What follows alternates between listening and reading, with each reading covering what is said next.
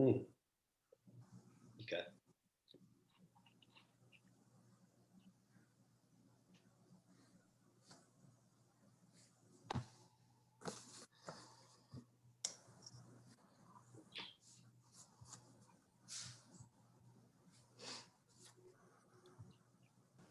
I was gonna say the number's probably gonna start to rise because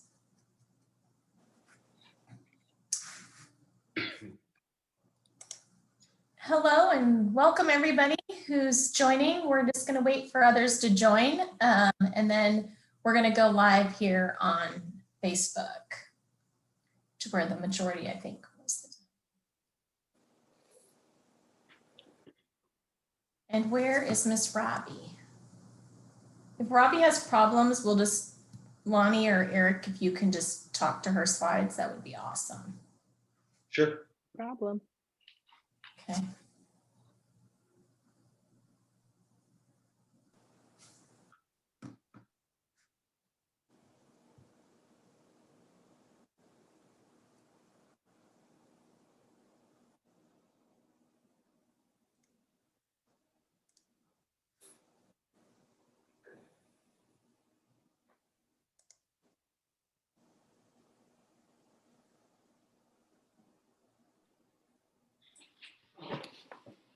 Everyone can see the slides. Okay. Looks good. Yes. Okay, we're gonna go live.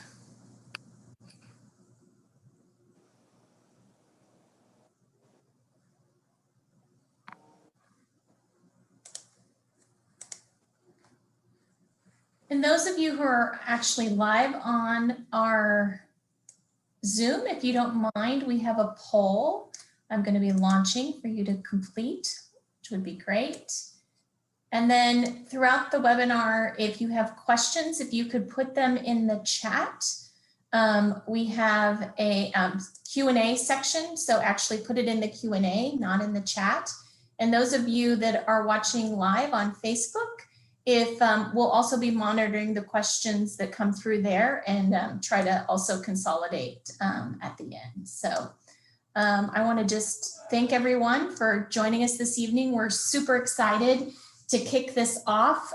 We have taken a little break, as many of you who have been following us, and we're really excited to kick off 2021 by actually taking this and looking at what we did last year with Dr. DiMalanta and putting some practical ways of the prescription for play into play.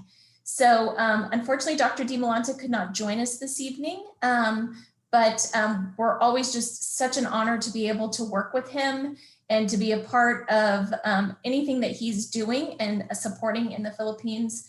And we're just excited to now share with you some really fun ideas that you guys all will be able to do with your kids.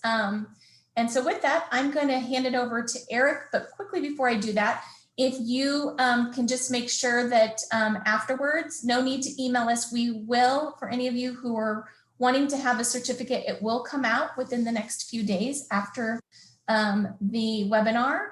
And we have a full lineup of webinars that we're going to be doing this year. And we would just ask that you all please register for those and follow us on our Facebook page. Thanks so much. And I'll hand it over to Eric. And I'm going to now go on hide and I'll come back when we start to do some Q&A. So I'll let Eric do the introductions. All right. Hi, everybody. First, let me start. My name is Eric Elliott. I'm an educational psychologist in San Francisco, California. And I'd like to pass it around to, we have a couple of our panelists live with us today. So I'll pass it first to Kristen Landucci.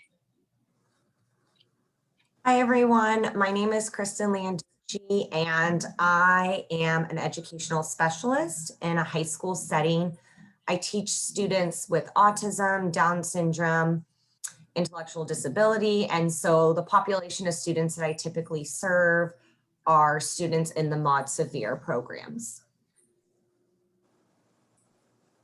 Hi, everyone. I'm Lonnie Hessen. I am a pediatric occupational therapist and have been practicing here in the San Francisco Bay Area since the late 90s.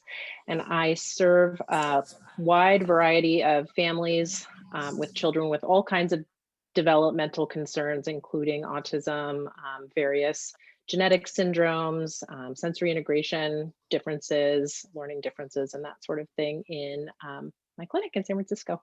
Nice to be here. Thanks for joining. We have a couple of other contributors to this activity.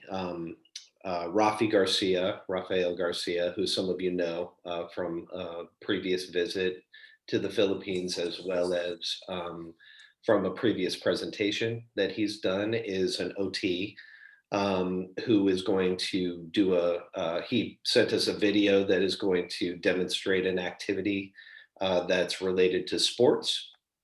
And Robbie Jean is a special education teacher and consultant to the Phoenixia Foundation, who is based in the Philippines. And we're hoping that she can eventually join us. But if not, we will support her by presenting her section of Smart Play, which is the art section. But without any further ado, we'll get started with this presentation. For those of you who saw Dr. Francis DiMalanta's presentation 2 or 3 months ago on the prescription for play, he described five primary areas of play. And he called them smart play. And the smart play stands for sports, music, art, reading, and theater. And all of us panelists took a section of his smart play model and planned out an easy to do activity that can be done with your children or your students that don't require a tremendous amount of materials and can actually be done in the majority of parents and families' homes with very limited resources and limited materials. So we wanted to design activities that were accessible for all people.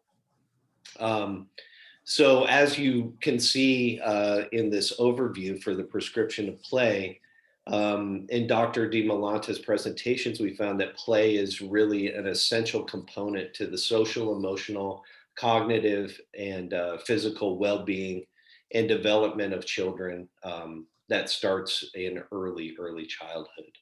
And so it's a crucial component to development, to a child's development. And what we hope to accomplish today is to show you some fun and engaging activities that will help you facilitate play with your child or your student, and will also help you have a good time and maybe some fun in these trying times. So these are the sequence that we're going to go through today. We're going to do sports with Rafi Garcia, music with me, art with Robbie Jean, reading with Kristen, and theater with Lonnie. And again, here's a reminder of our SMART goals in play. So we'll start with sports. Sports are important for every individual, including children with special needs. Participation in sports enhances physical fitness, gross motor skills. It improves social skills and creates a sense of happiness for achievements. Children with autism learn physical and social skills through sports, which help further their development in life. The activity that Rafi put together is a very easy basket and ball activity or pot and pan and rolled up sock activity that can be done in anybody's home using pretty much any material that you want. and he created a video for us to watch. So I'm going to click that video, and let's see how this goes.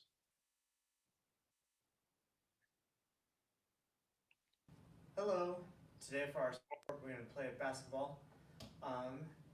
So I'm going to show you how to do it with just simple items at home. So first you'll need a laundry basket, or you could use some pots and pans, and I'll show you how to do those in a second. And anything for a ball, you can use a regular ball, or you can use some socks or any type of clothes that you can roll up into a ball. So just a simple way to do it is you can just toss it into the basket, and you can make that as a point, or you can have somebody bring you the ball from the side or from the bottom to test your core muscles, your belly muscles, or reaching up high for some balance. If sitting down is too easy, you can stand up, you can stand on one leg and throw it, or even if sitting is on a chair is too hard, you can go to the ground and do the same thing. Now if the target is way too big, and it's also easy, we can go to the pots and pans. So this can be our 3-pointer, this can be our 2-pointer, this could be our 1-pointer. And then we can get our socks. And same thing, we can sit on the ground and you can shoot it, see if you make it. You can stand on one leg and see if you can make it into the other one. Oh, I made it so far. Or you can go back to your chair and reach below and see if you can make it into that one. I missed. And then something else that you can practice with, I forgot to mention, is dribbling. So you can go on one side, bounce it around, and do the same thing. And that's my fan, his name's Queso. Just like that. Hope you learned something today. Bye.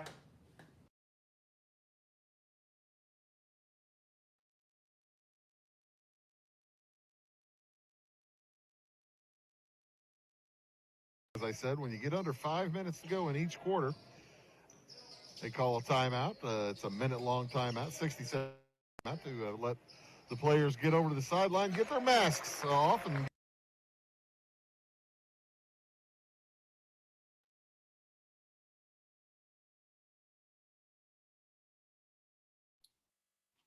Okay. That was awesome from Rafi. I felt that seemed like a really fun, really easy game to play. So just some more benefits and tips around sports. Sports can improve motor skills.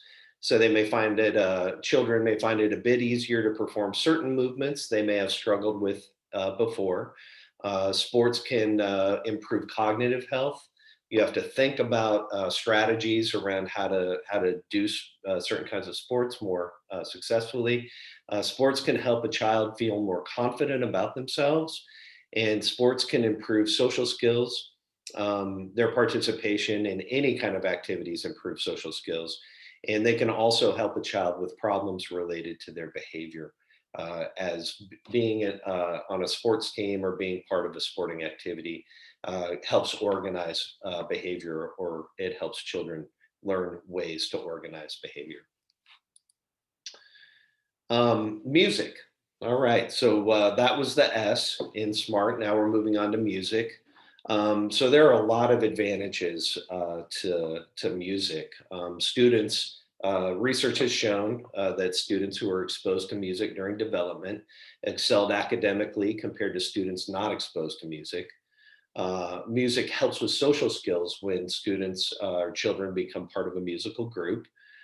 Music builds confidence, it builds self-esteem, expands creativity, and helps children develop discipline and practice when they want to achieve goals.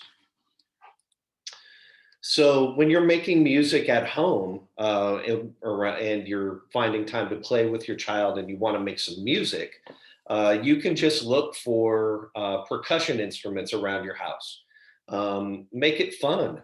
Take them on a treasure hunt around your house and find things to bang on with them. And I made a little video here that I'll show you now that describes some of the things that people can make that they might just be able to find around their houses.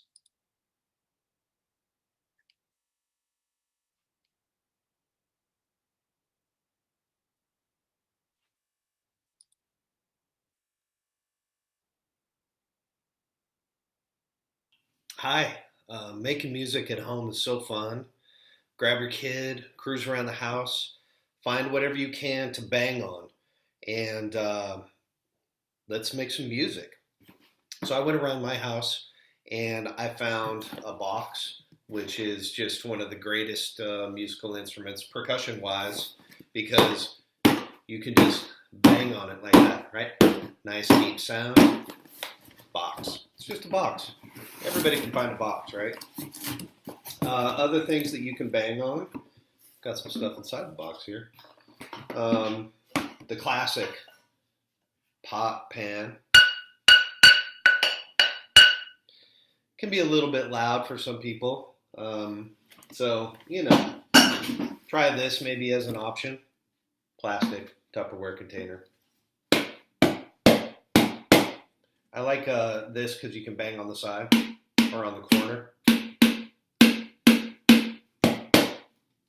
It's cool, right? A little bit quieter.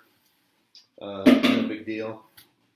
Some other fun stuff is beans. This is just beans in an old pickle jar. I've got a couple different jars. This is a fun thing to do with kids because it blends the kind of the science and the math in with the music a little bit more effectively. You can measure out the beans, how many cups of beans go into, making certain sounds. But this is just really an easy thing to do. You take two different size jars and, add about a cup of beans in there. And then it just sounds different. A little shaker.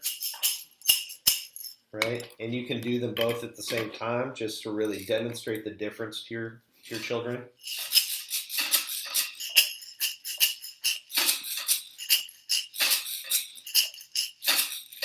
A couple shakers, right? The classic shaker, obviously, is the empty bottle. This is like a sauce bottle, but just an empty old water bottle will do. Make sure it's dry, obviously. But after you do, add some rice.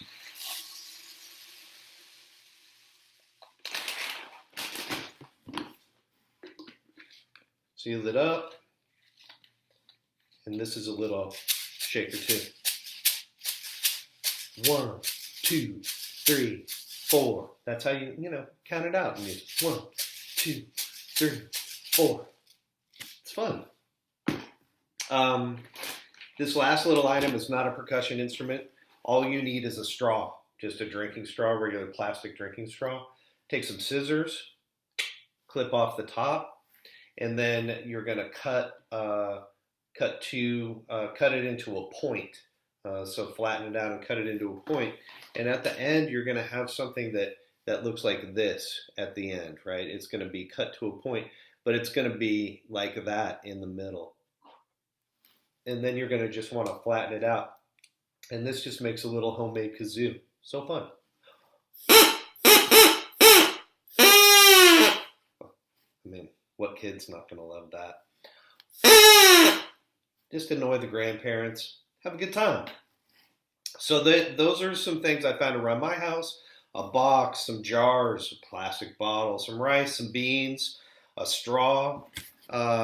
Anybody can find these, and it's really, really fun to get together and play all of these instruments together. Find a song that you like that has a beat, and then just play along with that song, sing the words. I don't have anybody at home with me right now because of the pandemic, but I was able to gather together some friends to show you kind of how it's done. So in the next video, you'll see me and a few really, really close friends putting it all together for a fun song. Anyway, have a great time, make some music, enjoy the time with your children, and stay safe out there. All right. So let's see what Eric and his friends did. There's this really cool app, uh, just for everybody out there to know. It's called Acapella, and you can see it written right here in the link. And with this app, you can create videos like the one that I'm going to show you for up to 30 seconds for free. So it's a really, really fun app that anybody can get on their phone, and you can make a free video with your kids. It's really, really fun to do. So anyway, this is what I and my friends put together. Okay, can everybody see that? All right, here we go. A,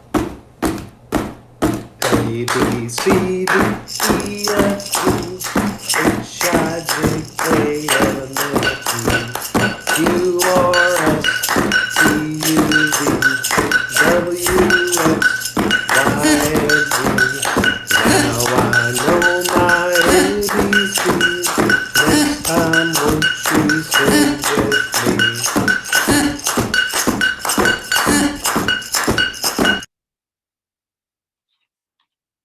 All right, there you go.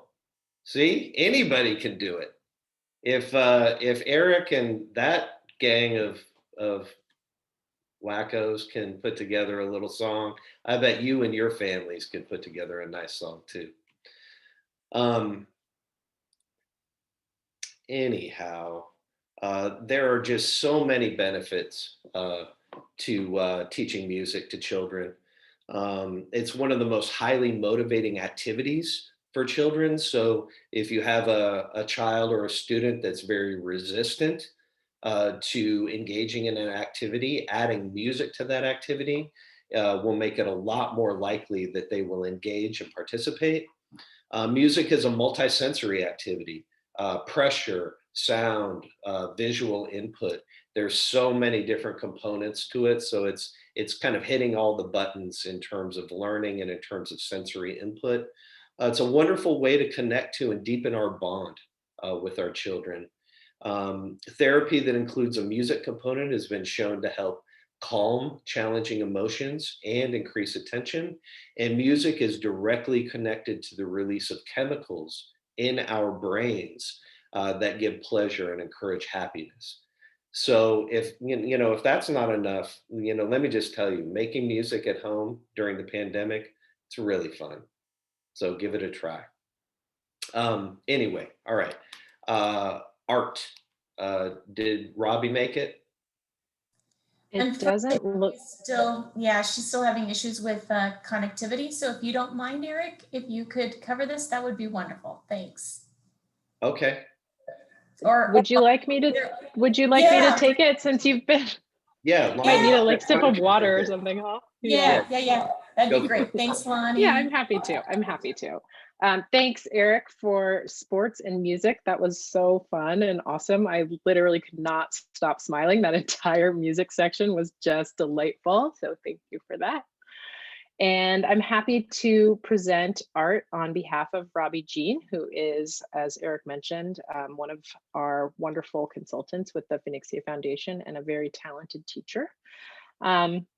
So when we think about art, I think, can think about the many, many valuable aspects of art for children and people with special needs across the lifespan, right? Art provides all young children and especially those with special needs with an outlet for expression, and it is a creative way to learn and enhance learning. So art at home doesn't have to be super complicated. It can be really simple and really fun, and definitely use materials that are available in your home and teach them to make the best out of even your recycling. When my nephew was a young little guy, one of his favorite things to do was take recycling and build structures with recycling and then tape it together and make a sculpture. So there's so much that you can do with what you have at home. So definitely use what you've got. So Robbie created a fun recycling activity, speaking of which, and we'll go ahead and play the video and then talk just a little bit more about some tips and benefits at the end of the video.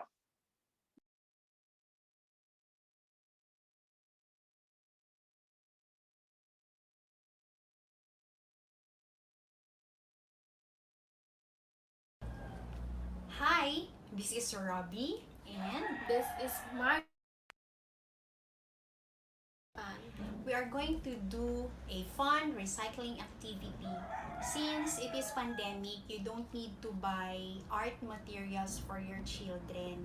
Okay, we will just gather what is available at home. For this activity, we are going to do a pencil, cell phone, and pen holder using paper. So materials needed are newspaper, used paper, or you can use also magazines or any paper that is available. Cardboard. This cardboard is from a pizza box. glue, Scissor. stick, Okay, since I don't have paint, so I'm going to use recycled ribbon to do design. Okay, you can have fun with this activity with your children. You can use um, any available materials at home, and you can do this anytime. Your children will have fun in rolling the paper, sticking paper, and putting designs. Or if you have paint available, you can also paint the material. Okay, are you excited to do the activity, Marchian? yes, I'm ready. Okay, let's start.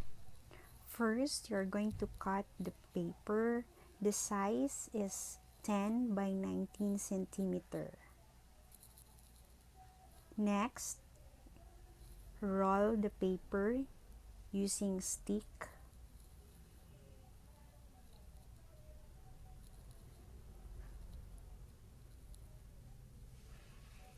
And then put glue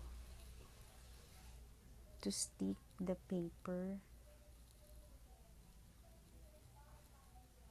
After rolling paper, put glue to each side and then stick together. Stick together rolled paper 6 to 8 pieces. Make 4 pieces depending on the box that you will make.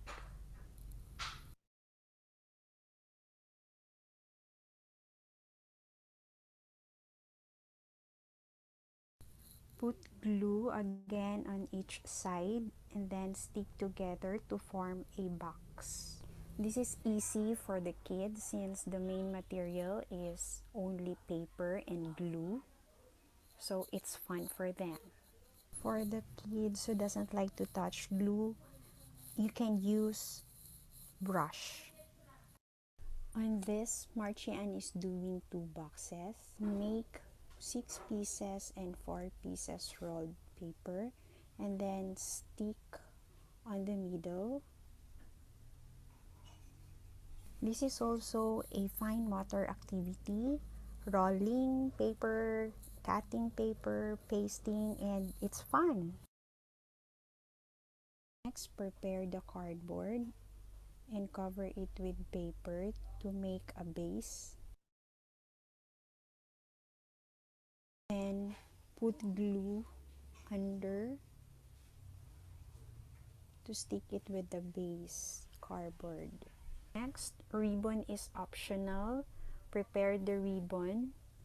Stick it wherever you want to put it to have an accent. It's optional. If you have paint, you can use paint. You can use glitters or whatever. You can do whatever you want to design. I have also buttons available, so we are going to put it to make a flower. For the younger kids, they can make their choice. They can paint animals, whatever they want, or they can draw on it. They can put flowers. They can stick whatever they wanted to put in there. This is how it should look. It's fun. You can put ball pens, pens, notes, and cell phone. I hope you have fun. Thank you.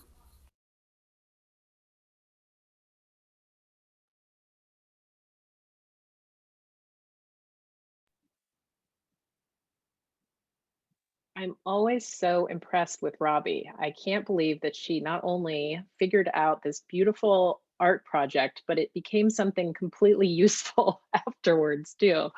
Robbie's amazing, and we love that video and that idea.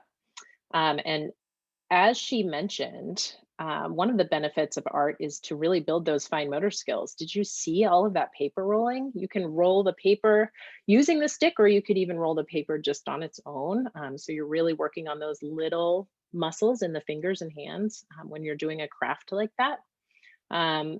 Robbie mentions that it really builds that can-do attitude and it enhances those feelings of self-worth. It certainly helps strengthen the problem-solving muscles in the brain. You could see that the little girl that was doing the project with her was really figuring out where to put each component of the project, which is a problem-solving skill.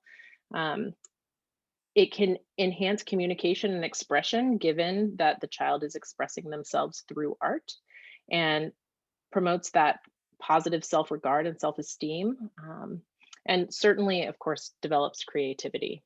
So things to remember when you're doing crafts and art like this at home is, again, access those materials that you have in your home and around your home. So a nature collage is a great idea, collecting sticks and leaves and even dirt and stones to make a collage or a mosaic out of natural supplies is a great idea. I love this idea of story stones. Robbie put that in there, so I'm not exactly sure what she means, but maybe we'll have her tell us more about that later. Painting thumbprint pictures is super fun. I do this a lot actually in my practice, where you get the child's thumb either in paint or ink, and then you make the thumbprint on a piece of paper and you can turn those into little critters or creatures. That's a really fun idea. I've also done DIY jellyfish in my clinic. So cutting out the shape of a jellyfish and using recycled streamers or ribbon or even pieces of grass or things that you would find outside to make the jellyfish tentacles. I love this idea of beading. Paper beads are really fun to make. It's another idea where you roll the paper and then you string those paper beads onto a yarn or a thread. And then fairy jar, again, Robbie's idea. We've done fairy jars at Kidspace where we put some water with a little bit of dish soap to make the water a little bit thicker, and then maybe glitter or different objects that might float through the jar. So many, many ideas, of course, for art. You can grade the difficulty up or down for kids who have a higher level or lower level of support need. It doesn't have to be very intricate and complicated. It can be as simple as gluing one thing like a leaf to a piece of paper as a start. So definitely think simple when it comes to art. And I think the most important tip is that nothing can be wrong when you're doing art. So there's no wrong answer. There's no right way to do it. Just, get your supplies and have a great time making art at home.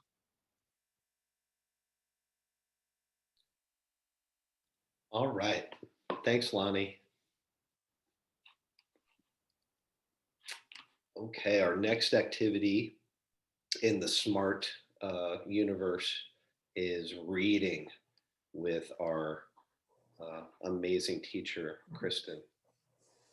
Hi again, you guys. Thank you so much for joining us. So the reading activity that I put together with my nephew, so that's the little boy that you will see in the video, is really appropriate for all age groups. I will say Daxon is turning 4 on Monday, so just so you can have an idea of where he is at. Really, this game can be played anywhere. It can be played at home. It can be played at school. It can be played in the car, at a park, or even a grocery store when we're able to be out and about.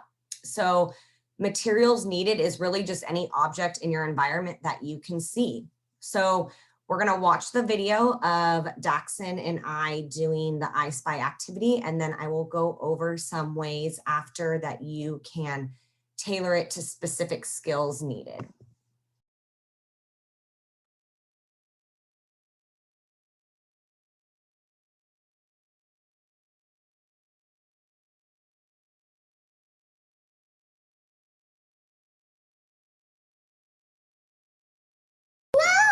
Okay, can you say hi?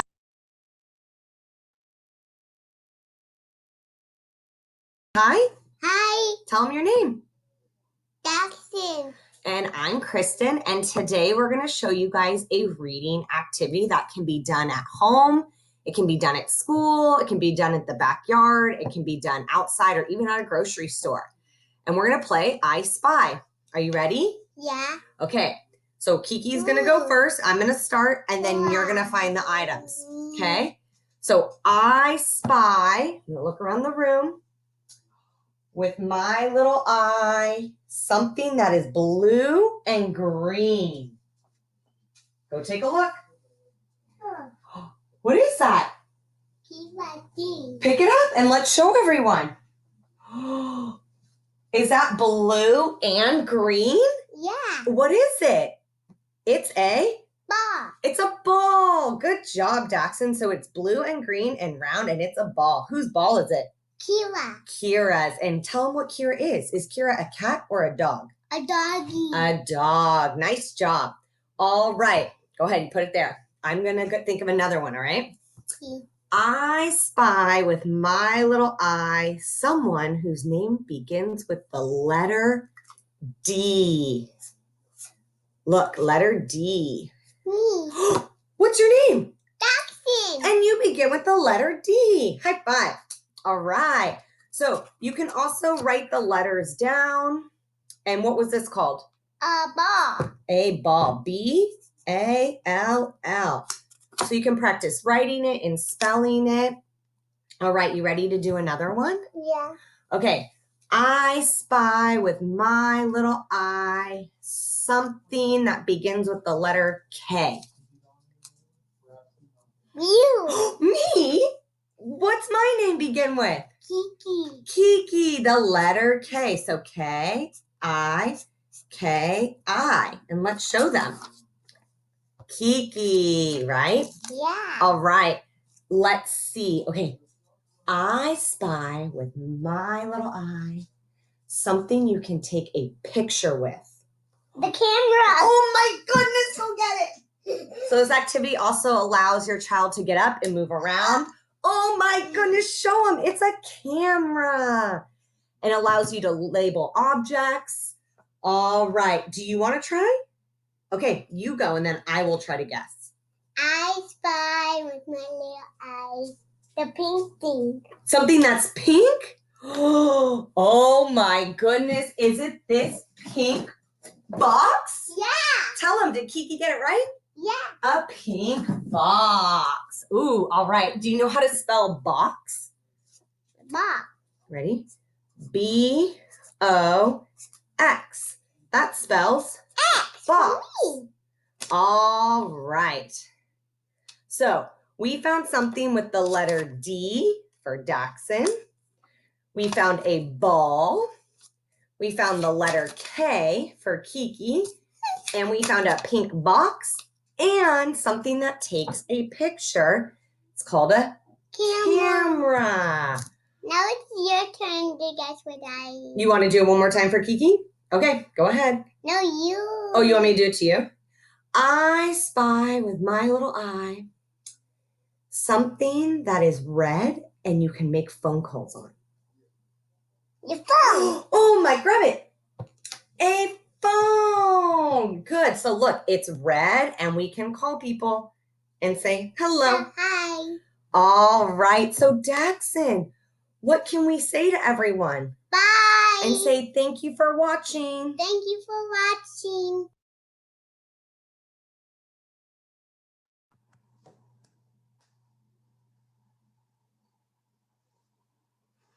All right. So benefits and tips to this is it allows for student choice, which is very important with getting students engaged. It allows access to all learners, so visually, auditorily, kinesthetic, which means moving around, tactile, they can put their hands on tangible objects, works for reading and writing. And so you can access multiple reading skill sets and build upon those skills. So I was really working on letter recognition and objects, but you can do colors, shapes, sounds, words. You can really work on rhyming, sight words, and then building on that to make sentences. And I use Post-its to write words down, but you can really use paper or pencil. You can write it on a whiteboard, and you can combine words so that students are forming sentences and reading them aloud, and really work on spelling. So I hope you guys enjoyed that reading activity and that you can use it and apply in your homes and in school. Thank you, guys.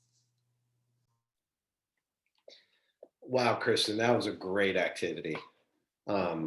And for me personally, my children are adults now, but I played I Spy with my kids all the time when they were little. And it was an excellent activity. You could play it anywhere, anytime. And it was wonderful for keeping their attention and keeping them engaged and having them learn new things. So thank you for that. That was so cool. All right. Okay, so we have Lonnie is gonna do the T in SMART, which is stands for theater. Excellent. Thank you so much. I am happy to talk about theater. It was one of my very favorite things as a teenager to participate in school. So it's near and dear to my heart as a fun way to play and use imagination. So when we think about theater, we think about things like dress up and creative imagination. We have kids given the opportunity to express themselves and really embrace their individuality as they create characters in a theatrical kind of a way. So what I'm going to show you right now is an improvisational theater game, and improvisation is the idea that you don't really know and you don't really plan what you're going to do so much. This game has a little bit of structure, but sometimes improv has really no structure and is very free form. And the game is called How Do You Enter a Room? And I have two young men demonstrating this activity. They are my teenage sons. So enjoy, and we'll be back after the video.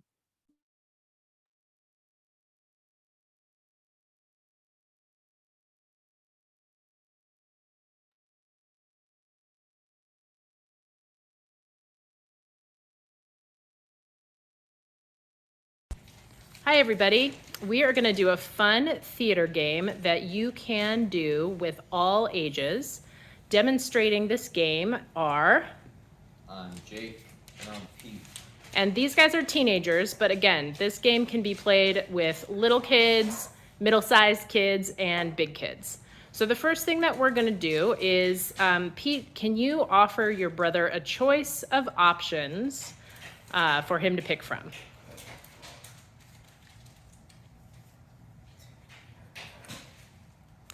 Okay, so Jake, you just picked a way, don't show us the camera yet, don't show us the word yet. You just picked us a way that you were going to enter the room. So go ahead and Pete, step to the side, give your brother some space. And I want you to act out what is on the piece of paper as you walk up the stairs. Okay, but I don't show you yet? Don't show us yet. Sure. Pete, see if you can guess what Jake is doing as he walks up the stairs. Okay. Oh wait, was he also?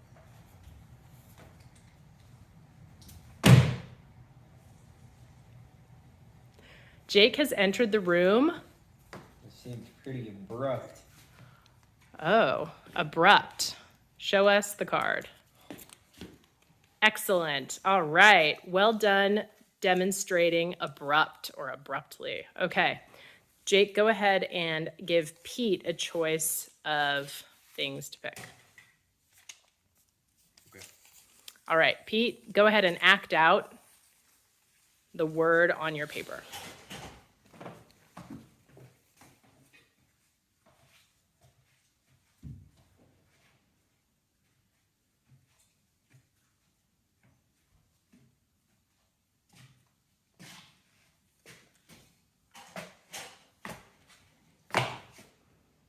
Thank you for walking into the room. I believe slowly. Yeah. Excellent. Okay.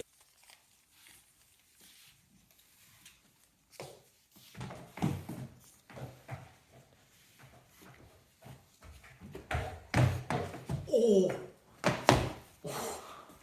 Whoa. Can you guess? Seemed pretty excited there.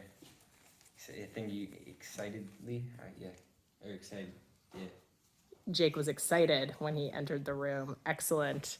Okay, let's give Pete another option.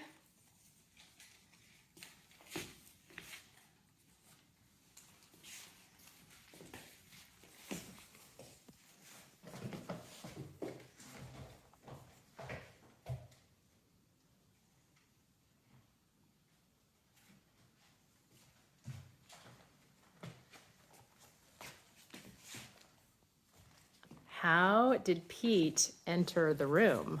He entered it pretty sneakily. Sneaky. Yeah. Oh, Pete was sneaking. Okay, we do have one more.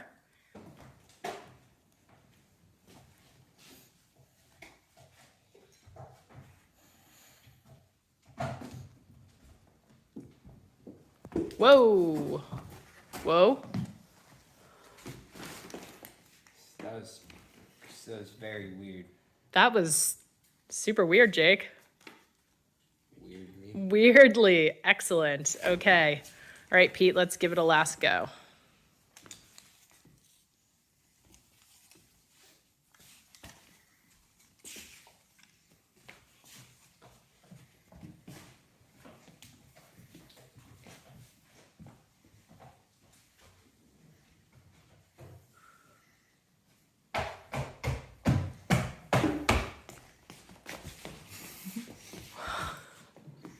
Seems pretty angry to me.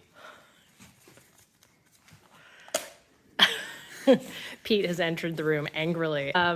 Excellent. So this is an improv game. This game can be played with all ages of kids. So from little kids all the way up to teenagers. A way that you can grade this game to make it accessible for younger kids is just to focus on very basic emotions. So you can use sad, angry, and happy for little kids so that they can practice their emotions in this improv game and kind of grade it up from there. So we hope you enjoy some improvisational theater at home and have fun.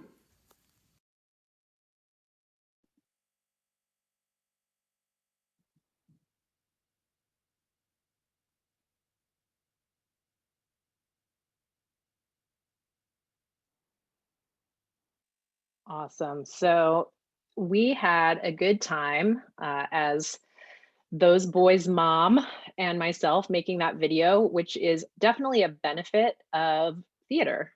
It develops a relationship and community, which is a really, really wonderful benefit that I don't even think I listed here, but I'm going to say it anyway. It helps build confidence and can build language and communication skills, not only verbal language and communication, but nonverbal language. You notice that in that game, a lot of body language was used to get the point across, what they were trying to convey in terms of either an adjective or an adverb or an emotion was done primarily by using a physical presentation and not so much words. It fosters creativity and encourages cooperation, as well as assists physical development. I mean, I don't know, Jake was working on some somersaults up those stairs. So there are lots of ways that you can work with creativity and physical expression, as well as verbal language expression in theater. So tips and ideas that you can do aside from playing this game that the boys and I played, you can play dress up at home, right? You can use any kind of clothes that you have. You can make a shirt into a pair of pants and play dress up. You can, put socks on your hands and make them mittens, right? So playing dress up doesn't have to mean that you have fancy costumes. It just means that, the little kids put on the big kids clothes, and the big kids, wear the little kids hats and that sort of thing. Encourage character exploration. So if your kids are interested in characters that they see in media or in stories, practice pretending to be that character or a character that's inspired by something that they've seen in a book. When you read aloud, try using those expressive character voices for voicing those children's books, the characters in those books. And then have fun with things like puppets, right? Put those socks on your hand, draw some eyes on the socks, and make puppet shows using sock puppets. And you could even, draw you don't need anything on your finger to draw a little face on your finger with a marker and make a finger puppet. So there are lots of ways that you can be creative at home in the theater arts and have fun and play together. Awesome. Thanks, Lonnie. Sure. Super fun. All right, that's it. We've gone through all of our smart play ideas. And it looks like we still have a good 10 plus minutes if we'd like to do some Q&A time. Currently, we don't have any Q&A. However, we've had nothing but positive feedback on the chat and on Facebook. People have just really enjoyed the webinar. And so with that, I think I'll just do a quick little wrap up. Just to remind everyone, please, feel free to share with others about our webinar series. You can find it on our Facebook page, or you can go to our website, which is phoenixiafoundation.org, and click on webinars. Our next webinar will be on February the 19th with Dr. Jeannie Trocchio, who's going to be sharing the DIR floor time method with us. And then on February 26th and March 5th, we have two speech pathologists who will be doing a webinar on addressing speech, language, and learning in a virtual environment. And then we have a lineup on April 23rd and April 30th on creating independence and community for adulthood for those with special needs by Jenna Smith and Julie Payne. And then on May the 7th, we have Taking Care of You and Sparking Your Epic Life for teachers, parents, caregivers of those with special needs. And then we are working on lots more webinars throughout the rest of the year. And if things open up, we really do hope that we'll be able to do some outreach in the Philippines towards the end of the year. So thanks again, everyone, for joining us. And we just thank you very much for joining us. And there will be a recording that'll be coming out with a link, along with the link to the certificate for those of you who have registered. So thanks, everyone. Oh, we actually have one question. What will I do if what will I do if my students are interested on the game? I wonder if that means if the student is not interested in the game that we're proposing. Maybe. Let's take that. Let's play that one out. Let me take a stab at answering that question. So many times, you'll propose something as a facilitator, as a teacher, as a therapist that a child may not sort of buy into right away. And something that I have tried to do throughout my career as an OT is to notice what the child's interests are. And if you can sort of thematically pull in that interest to, for example, a theater game, that might help the child to buy in a little more. And I think Kristen mentioned something that's really important given her reading game, which is to provide student choice in an activity. So Kristen, maybe you can say a little bit about that. Yeah, I was just, you actually kind of took my idea too, Lonnie. I was going to say if students are interested in the game, go off of what their interests are, and you could apply the music, the I Spy, the theater, the sports, and tailor it to what their interests may be. So right now I have a student who is really not engaged online in anything that we are doing, but he is very into dragons. And so I've incorporated adding pictures of dragons into PowerPoints to keep him engaged and keep his eyes on the screen. So you can definitely incorporate what really interests them in the game and tailor it around them and just allow them the choice. Like, do you want to play I Spy with dragons, or do you want to play I Spy with cars?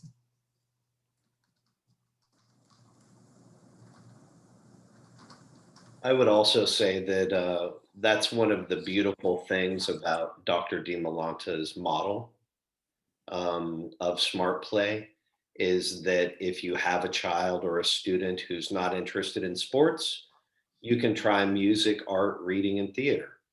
If you try theater, you can try one of the other areas. There are so many amazing opportunities to play with our children, and we don't have to force them into playing something that they're not interested in because there are so many options out there. Lisa, I also saw someone wrote in the chat, they had a question about how they attend the other seminars. Oh, okay. Thanks for catching that. Go to our Facebook page or you can go to our website, and there is a link directly on our Facebook page and also on our website that you can link directly to the registration page and fill out your information, and you'll get a link to the webinar just like you did for this.